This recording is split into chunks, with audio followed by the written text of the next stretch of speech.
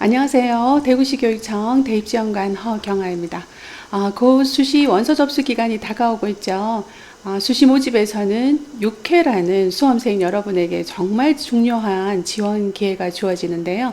여러분들은 이 6회 지원 기회를 어떻게 활용해 보실지 결정을 하셨는지 모르겠습니다. 먼저 수시 모집 원서 접수는 기본적으로 인터넷 원서 접수이고요. 학생부가 3학년 1학기 마치는 시점인 8월 말로 마감이 되고 나면 오는 9월 9일부터 13일까지 기간 동안에 각 대학별로 3일 이상 운영하도록 되어 있습니다. 그간 관심을 두시고 희망하신 대학이 있으시다면 대학별로 원서 접수 기간이 각각 다를 수 있기 때문에요. 수시 모집 요강을 통해서 확인을 해 보시면 좋을 것 같아요. 원서 접수 기간이 어떻게 다른지 우선 몇 개 대학만 사례로 한번 보겠습니다. 먼저 한양대 같은 경우 9월 10일 화요일 오전 10시부터 시작해서 9월 13일 금요일 오후 6시에 마감을 하게 됩니다. 그리고 이화여대는 원서 접수 시작일과 시간이 앞서 한양대와 같지만 마감하는 시간은 하루 더 빨라서 9월 10일 오후 5시에 마감하기 때문에 이 점 유의하셔야 하고요. 그리고 우리 지역의 경북대는 9월 9일 월요일 9시부터 원서 접수를 시작해서 13일 금요일 6시까지 마감을 하니까 앞에 대학들보다는 조금 넉넉한 편인데요. 자, 이렇게 수시 모집 원서 접수는 대학별로 마감 일자도 다르지만 또 마지막까지 경쟁률을 보면서 지원을 고민해 보겠다는 우리 수험생들의 경우에는 각 대학별로 다른 원서 접수 마감 시간에도 특히 유의를 하셔야겠습니다. 자, 그러면 올해 수시 모집에 지원하는 우리 수험생들은 지원을 어떻게 하면 좋을지 결정을 하셨을까요? 자, 지금까지 우리 고3 학생들은 3학년 1학기 내신을 서서히 마무리하면서 6월 4일 있었던 육모 응시 결과로 그간 희망하셨던 대학의 수능 최저 기준 통과 가능성 여부를 고려하셨을 것 같은데요. 원서 접수 전에 9월 4일 치르게 되는 구모시험 성적표는 그때까지 나오진 않겠지만 가채점 결과로 다시 한번 수능 최저 기준 통과 가능성 여부를 최종 확인하시고 수시 지원을 결정을 하게 됩니다. 수시 모집에서 많은 수험생들이 지원한 대학에서 실패하는 원인 중에 하나는요, 수능 최저 기준이 있는 전형의 경우에 교과 전형이나 논술, 더러 일부 학생부 그 종합 전형에도 적용되는 경우가 있는데요. 우리가 일단 지원 대학을 먼저 정해놓고 수능 시험을 치기 때문에요. 결국은 나의 수능 성적을 정확히 알 수 없는 상황에서 지원을 하기 때문입니다. N수생 유입이 많아질 경우에 상대적으로 수능 등급이 하락할 가능성이 있다라는 얘기를 많이 들으셨을 것 같은데 우리 고3 학생들은 이런 큰 수능 본시험이 처음이기 때문에요. 그간 준비해왔던 시험의 결과가 어떻게 나올지 예측하기 어렵다는 점이 수시 지원에 매우 유의해야 할 사항입니다. 수험생들의 유형은 실제로 다양합니다. 내신 성적이 상대적으로 좋거나 또 학생부 관리를 비교적 잘해온 학생들도 있고요. 또 내신 성적보다 평소 수능 모의고사에서 성적이 잘 나오는 학생도 있습니다. 내신이 어느 정도 되고 진로 희망이 비교적 뚜렷해서 학생부 관리를 맞게 해온 학생이 있다면 교과 전형이나 학종 지원도 가능한 반면에 내신이나 수능 모의고사 성적이 더 잘 나오는 학생이라면 대체로 정시 지원까지도 고려하고 있어서요. 수시 모집에서는 논술 전형 지원 정도를 고려해 보는 편이고 그렇다 보면 지원 기회가 다소 제한적이어서 수시 6회 지원 기회를 다 활용하지 않는 경향도 있습니다. 그리고 재수생이어서 처음부터 정시 지원이 목표인 졸업생이라도 그래도 혹시 수시 지원 기회를 추가로 활용할 방법이 있을지 고려해 보시는 것도 좋을 것 같습니다. 자, 수시 모집에서 우리가 기본적으로 6장 원서를 쓸 수 있지만 작년에는 수험생 평균 4.78회 정도 지원했다고 해요. 수험생들이 어떻게 원서를 썼을지 전년도 사례로 한번 살펴보려고 하는데요. 보시는 사례처럼 자연계열 학생들은 과기원도 6+알파로 지원이 가능하기 때문에 이렇게 7회, 8회 지원이 가능한 경우도 있었고요. 이 학생은 수시 모집에서 3회 지원을 했죠. 내신 성적은 우수한 편에 속하는데 학종으로 지원하진 않았습니다. 학종이 지원할 만큼 학생부 관리가 되지 않은 수험생일 수도 있지만 지원하고 싶은 대학이 명확한 경우 학생부 교과 전형의 경우에는 내신이나 수능 최저가 된다면 다른 전형보다는 예측 가능성도 비교적 높은 편이어서 두세 개 정도 희망하는 대학에만 조금 상향이거나 또는 적정하게 지원을 하는 이런 학생들도 있습니다. 자, 이번 슬라이드에서는 수시 모집의 다양한 지원기에 대해서 말씀드리려고 하는데요. 대학에서 학생을 선발하는 방식은 4+2라고 표준 대입 전형 체제에서 운영하게 됩니다. 그래서 수시 모집에서는 크게 4가지, 정시에서는 수능 실기 이렇게 해서 대략 2가지 방법으로 선발을 하게 되는 체제이죠. 보시는 것처럼 정시 모집에서는 주로 수능 성적으로 선발하게 되는 반면에 수시 모집에서는 학생부 위주 전형인 교과 전형과 종합 전형, 그리고 논술 전형, 실기 특기자 전형 등 조금 더 다양한 전형 방법으로 선발을 하고 있습니다.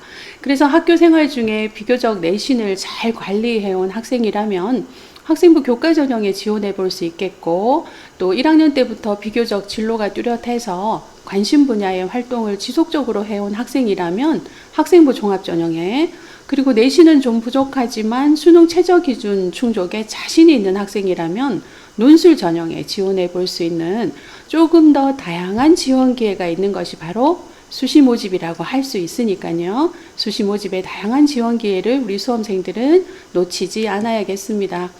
자, 올해 대입에서 변화가 큰 부분 중 하나가 바로 무전공 선발 확대이죠. 학과나 전공을 바로 선택해서 지원하는 경우와는 달리 전공 자율 선택제라고 하는 건 학생들이 입학 후에 자신의 흥미나 적성에 맞는 전공을 선택할 수 있도록 하는 학사 제도입니다. 수도권 대학과 국립대만 보더라도 전국적으로 한 3만 8천 명 가량 모집한다고 하고요. 전반적으로 전년 대비 4배 가까이 인원이 늘어났습니다. 전공을 배정받는 방법은 보시는 유형 1과 2에 따라서 조금 다른데요. 유형 1은 자유전공으로 들어와서 2학년 진급 시에 대학 내 다른 전공을 조금 더 폭넓게 선택해서 옮겨가는 것이고, 또 유형 2의 경우에는 해당 단과대학 내에 학과만 배정받을 수 있는 조금 좁은 개념의 자유전공이라고 보시면 되겠습니다. 대학에 따라서 자유전공이라고 하기도 하고 자율전공이라고 하고 이렇게 다양한 이름으로 명칭하고 있기 때문에 지원하실 때는 모집 요강을 참고하셔서요. 정확한 모집 단위명 그리고 전형 명칭을 확인하시는 것이 좋겠습니다. 자, 올해 개설된 사례를 한번 보면 한양대 사례인데요. 한양 인터칼리지 학부라는 무전공학과를 신설했습니다. 의과대학, 간호대, 사범대, 예술체육대, 계약학과 이런 특수한 경우만 제외하고 2학년부터 희망하는 전공을 선택할 수 있는데요. 이번 수시 모집에서 학생부 교과, 또 학종, 논술 전형으로 전체 190명 정도를 선발하고 있으니까 눈여겨보셔야겠고, 한 가지 유의하실 사항은 이렇게 신설된 학과는 전년도 입시 결과가 없기 때문에 합격 가능성을 조금 예측하기 어려운 부분이 있기 때문에 적정이나 안전카드로 쓰기에는 조금 어려움이 있습니다. 그래서 대학에 따라서 무전공학과를 희망을 하신다면 대체로 어떤 학과를 우선적으로 희망하고 기피하게 될지 학과의 선호도 정도를 미리 살펴보는 것도 필요한데요. 대학의 무전공학과의 위치가 결국은 학생들이 조금 더 선호하는 전공으로 가기 위한 단계로 활용되는 경우가 많아서 그런 점을 말씀드려 봤고요. 건국대도 이번에 KU 자유전공학부 신설했죠. 그래서 단과대학 내 자유전공학부도 각각 신설했습니다. 아까 보셨던 유형 2의 사례인데요. 이번 수시 모집에서 단과대학 내의 자유전공은 주로 학생부 교과 전형과 논술 전형으로 선발을 하고, 또 KU 자유전공학부 같은 경우에는 종합 논술 전형으로도 선발할 계획인데, 교과 전형이나 논술 전형은 관계없겠지만, 학생부 종합 전형으로는 이런 무전공학과는 어떻게 선발할까 궁금하실 것 같은데요.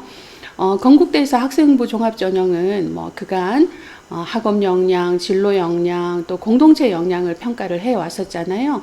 그중 진로 역량이라고 하면 전공 관련 교과를 이수하고 공부한 노력, 그리고 전공 관련 교과의 성취도, 진로 탐색 활동, 뭐 그런 경험을 학생부 전체를 통해서 이제 평가를 해왔습니다.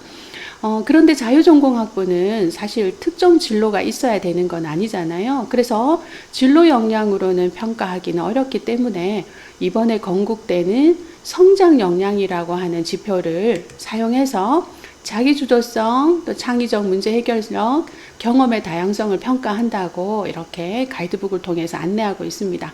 자, 그래서 일반학과와 달리 무전공학과를 희망하는 학생들은 진로 희망이 뚜렷하지 않은 학생이라도 사실 가능하고 그간 자기주도적인 학교 생활을 하면서 자율이나 동아리나 진로 활동 등의 교내 활동을 통해서 다양한 경험을 쌓아온 학생이라면 충분히 지원할 수 있다고 생각하시면 될 것 같습니다. 자, 이렇게 자율전공학부 같은 무전공학과를 지원하실 때 한 가지 확인하실 사항은요. 입학 후 꼭 원하는 학과 전공으로 배정받는 게 매우 중요하니까 어떤 학과에 배정이 가능하도록 되어 있는지 미리 확인을 해 보시는 것이 좋겠습니다. 자, 아마 여러분 각자 희망하시는 다양한 대학들이 있으실 거예요. 희망하는 6개 대학 학과를 순서대로 한번 이렇게 쭉 적어 보시면 아마 가장 위에 있는 1번 대학이 여러분이 가장 합격하기를 희망하는 대학일 겁니다. 저는 늘 학생들에게 1번보다 사실 5번, 6번 카드를 어떻게 쓸지 가장 중요하다고 얘기하는 편인데요. 물론 3, 4번 정도 라인에서 내 성적이 아깝지 않는 적정 대학을 쓸 수 있으면 참 좋겠지만 지난 3년 동안의 입시 결과를 한번 봤을 때 내 성적에 합격한 애도 있었고 그렇지 않은 애도 있었다거나 아니면 충원해서 합격한 사례라면 사실은 결국 상향 지원일 수밖에 없거든요. 그래서 학생들의 입장에서는 아무래도 아직 정시 기회가 남아 있다 보니 수시에서는 안정 지원보다는 좀 적정 지원을 그리고 조금 더 높은 상향 지원을 주로 고려하게 되는데요. 조금 유의하실 사항이 우리 고3 학생들은 아무래도 나의 수능 성적을 정확하게 예측하기는 좀 어렵다는 점입니다. 물론 육모, 구모 전국 단위 모의고사를 그동안 치러 오셨지만 본 수능 시험에서 N수생들의 유입이 더 많아진다는 점을 고려한다면 내가 생각하고 있는 정시 지원이 좀 어려워질 수도 있어서 수시 지원에서는 특히 5번, 6번 카드가 중요하다는 그런 의미가 되겠습니다. 자, 어쩌면 수시에서 5번, 6번 카드의 경우 학생들이 수시 납치를 하면서 쓰고 싶지 않은 대학일 수도 있겠는데요. 이 라인을 결정하실 때는 육모치고 육모 배치표, 또 구모치고 아직 결과는 나오지 않았지만 가채점을 통해서 구모 배치표를 다시 한 번 더 확인해 보시고 내가 정시에 지원한다면 가능성은 얼마나 있는지 미리 검토를 해 보시는데요. 만약 조금이라도 안정성이 부족하다면 조금 더 적극적으로 5번, 6번 카드를 쓰셔야 한다는 겁니다. 만약 5번, 6번 카드가 실패한다면 지금 정시 상황이 전국적으로 거의 20%밖에 선발 인원이 남아있지 않아요. 그래서 또 그중에 정시 합격자들의 많은 수가 N수생들의 기회가 될 것이라고 보면 우리 현역들은 조금 힘들어질 수 있는데요. 이 5번, 6번 대학이 수시 납치라고만 막연히 생각하기보다는 정시에 그 대학에 갈 수 있긴 한데 내가 원하는 학과에 갈 수 있는지 여부도 사실 생각해 봐야 할 것 같아요. 실제 수시 모집에서 모두 실패하고 정시 상담에 온 학생들을 만나보면 수시에서 모두 상향 지원만 한 학생들이 많고요.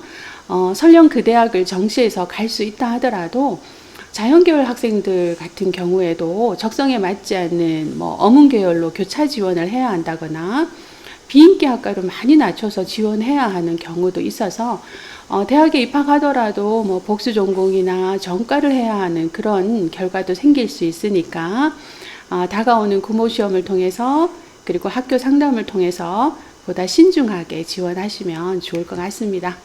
자, 혹시 우리 학생들 중에서 내신이 뜻한 대로 나오지 않아서 일찍이 정시로로 마음을 먹은 학생이 있다면요.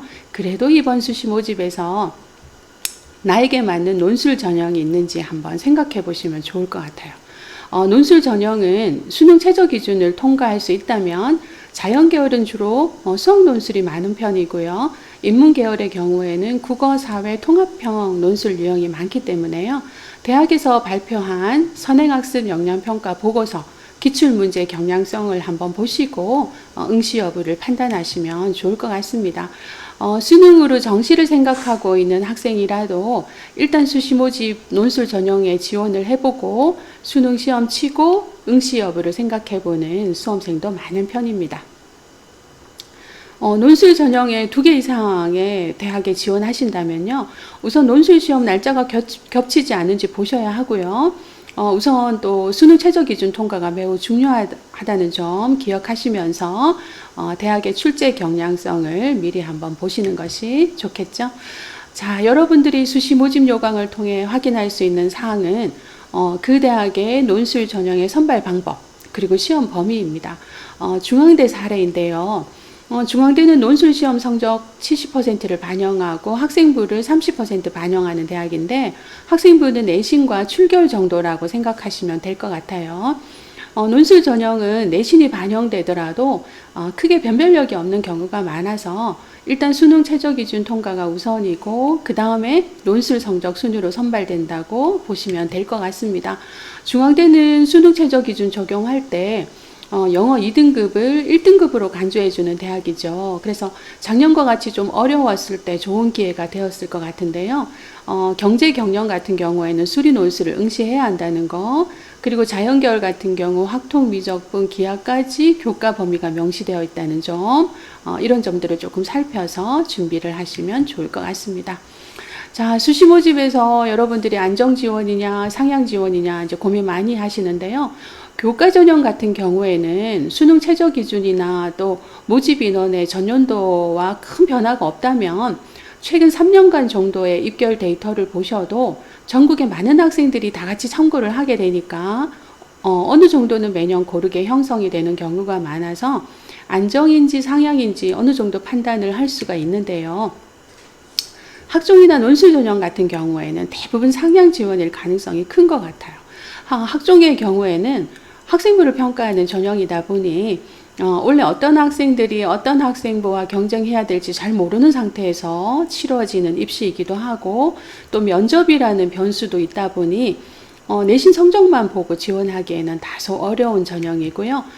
논술 전형 역시 특히 수능 시험이 처음인 우리 고3 학생들의 경우 실제 본 수능 시험에서 어떻게 나올지 잘 알 수가 없다 보니 아무리 높지 않은 대학이라 하더라도 쉽게 적정이라고 판단하기에는 어려운 점이 있습니다. 그래서 합격에 대한 예측 가능성이 어느 정도 있는 전형과 또 그렇지 않은 그런 전형이 있다 보니까 이제 그런 점들도 조금 고려가 되어서 원서를 배치를 해야 할 것 같아요. 자, 그리고 수시 원서 접수가 시작되면 많은 분들이 경쟁률을 참고하시게 되죠. 물론 경쟁률이 사실 중요하긴 하지만 이 점엔 유의하셔야 될 것 같아요. 원서 접수 시의 경쟁률은 실시간으로 계속 마감 시간까지 공개하는 시스템은 아닙니다. 만약 마감 시간까지 실시간으로 경쟁률을 대학이 계속 보여준다면 막판 눈치 경쟁이 굉장히 심각해지면서 자칫 무분별한 그런 지원이 될 가능성이 높아지는 폐단 때문에 보시는 것처럼 대학별로 경쟁률 공개가 마감되는 시간이 별도로 있습니다. 실제로 지난해 연대 문화인류학과 같은 경우에는 경쟁률이 블라인드 되기 전에 1대1 정도 경쟁률이었었는데요. 최종 11대1로 또 도고동문과 같은 경우에 2대1에서 최종 8.2대1의 결과로 나타났기 때문에 원서 접수 최종 마감 시간까지의 경쟁률이 제공되지 않다는 점, 이런 결과를 예측하기가 조금 어렵다는 점을 참고하시기 바랍니다. 자, 수시 전형에서는 지원 자격이 다양한 편이어서요. 만약 특별 전형이나 졸업 연도에 제한이 있는 전형은 확인을 하셔야겠는데요. 가장 정확한 정보는 해당 대학의 수시 모집 요강에서 각 전형별 지원 자격을 확인해 보시고 또 그에 맞는 제출할 서류가 있는지 여부를 살펴보시는 것이 가장 좋겠습니다. 수도권 대학의 추천 전형이나 교과 전형인 경우에도 재학생만 가능한 전형인지 몇 해 전 졸업생까지 가능한 것인지 이런 내용들을 확인해 보시고요. 자, 최근에 많은 대학들이 수능 최저 기준을 적용할 때 수학에서 미적분 기하 확통 그리고 사탐 과탐 이런 수능 응시 영역의 제한을 조금 완화하는 추세이긴 한데요. 그래도 일부 자연계열 학과인 경우에는 미적분 기하 그리고 과탐 응시에 제한을 둔 대학들이 있기 때문에 이런 점을 잘 확인을 하셔야 될 것 같습니다. 예를 들어서 경북대 같은 경우 공과대학이나 IT대학 학생들이 선호하는 그런 학과에 비교적 그런 제한이 걸려 있는 편이고요. 간호학과라면 확통을 쳐도 가능하고 IT대학의 글로벌 소프트웨어 융합 전공이라면 사탐을 쳐도 가능한 학과이긴 합니다. 내가 응시하려는 그 수능 영역이 지원하는 대학의 또 모집 단위에 맞는지 꼭 확인을 해보시기 바랍니다. 자, 수시 지원을 결정한 대학은 어떤 양식이든지 여러분들이 대학별 일정을 좀 잘 정리해 두시면 좋을 것 같습니다. 단계별 전형인지 또 일괄 합산 전형인지 단계별 전형이라면 1단계 합격자 발표는 언제인지 제출 서류는 기간이 언제인지 면접일은 언제인지 또 합격자 발표일 이런 것들을 대학별로 잘 정리를 해 두신다면 이제 차분히 수능 시험 준비를 하실 수도 있고요. 우리가 만약 이렇게 순위대로 배치를 한번 해보는 것은 만약 합격한다면 내가 어떤 대학에 등록할지 우선순위일 수도 있거든요. 그래서 최초 합격자로 발표가 나지 않더라도 미충원까지 가게 되어도 우선순위를 이렇게 정해 주신다면 나중에 후회 없는 선택을 하실 수 있게 됩니다. 자, 그리고 수시 6회 지원 이외에도 추가로 더 지원할 수 있는 대학들이 있다는 거 잘 알고 계시죠? 자연계열 학생이라면 과기영 계열의 대학들, 자기소개서만 준비된다면 지원해 볼 수 있는 특성화 대학들이 있고요. 조금 더 다양한 직업을 희망하는 학생들을 지원할 수 있는 그런 전문대 역시도 수시 6회 지원에서 플러스 지원해 볼 수 있는 그런 기회가 되겠습니다. 자, 최근 간호학과 같은 보건의료 계열, 컴퓨터, 인공지능 이런 첨단 분야도 인기가 높은 편인데요. 취업이 빠르고 전공이 좀 다양하다는 것도 전문대학의 특성이기도 합니다. 전문대학의 원서 접수 기간은 4년제 일반대학과는 조금 다르게 시작은 9월 9일로 동일하지만 10월 2일까지 조금 긴 편이고요. 또 11월에 한 번 더 2차 수시 모집이 있다는 점도 참고하시기 바랍니다.